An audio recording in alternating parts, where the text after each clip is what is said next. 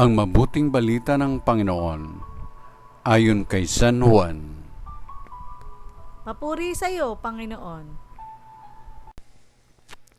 Noong panahong iyon, sinabi ni Jesus sa kanyang mga alagad, "Ang umiibig sa akin ay tutupad ng aking salita.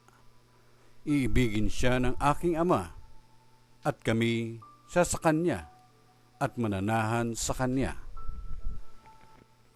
Ang hindi umiibig sa akin ay hindi tumutupad sa aking mga salita.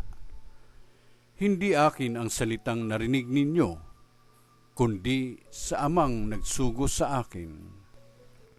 Sinabi ko sa inyo ang mga bagay na ito, samantalang kasama pa ninyo ako. Ngunit ang patnubay, ang Espiritu Santo na susuguin ng Ama sa pangalan ko,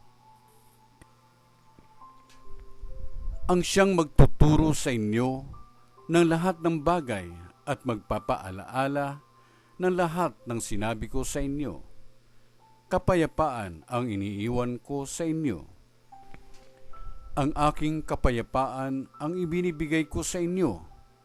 Hindi ito katulad ng ibinibigay ng sanlibutan. Huwag kayong mabalisa. Huwag kayong matakot. Sinabi ko na sa inyo, ako'y aalis, ngunit babalik ako. Kung iniibig ninyo ako, ikagagalak ninyo ang pagpunta ko sa Ama, sapagkat dakila ang Ama kaysa akin. Sinasabi ko na ito sa inyo bago pa mangyari, upang kung mangyari na, kayo'y manalig sa akin." Ang mabuting balita ng Panginoon. Pinupuri ka namin, Panginoong Jesucristo.